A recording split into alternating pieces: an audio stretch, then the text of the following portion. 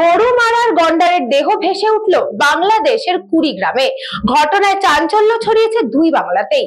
গরুমারার গন্ডারের দেহ ভেসে উঠল বাংলাদেশের কুড়িগ্রাম এলাকায়। ঘটনায় রীতিমতো চাঞ্চল্য ছড়িয়েছে দুই বাংলাতেই। জানা গেছে, যেই এলাকায় গন্ডারের দেহটি উদ্ধার হয়েছে সেই স্থান থেকে গরুমারার রামশাহের দূরত্ব প্রায় 170 কিলোমিটারেরও বেশি। জলের স্রোতে এতদূর ভেসে আসা গন্ডারের ঘটনাকে ঘিরে চাঞ্চল্য ছড়িয়েছে বনপ্রেমী মহলে। কুড়িগ্রামে গন্ডারের দেহ ভেসে ওঠার পর স্বাভাবিকভাবে শোকের ছায়া নেমে এসেছে পশুপ্রেমীদের মধ্যে।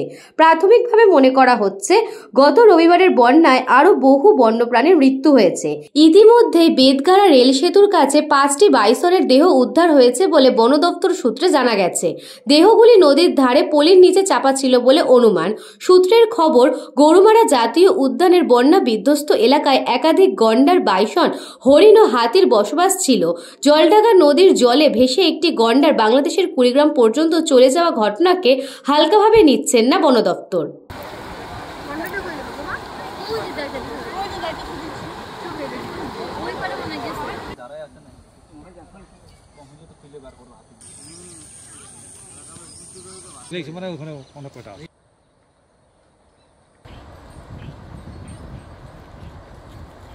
Bureau Report, News Bongo Time. St. Augustine's Day School, Barakpur. Success for every child. Admission open 2026 to 2027. Contact number 900793 4555.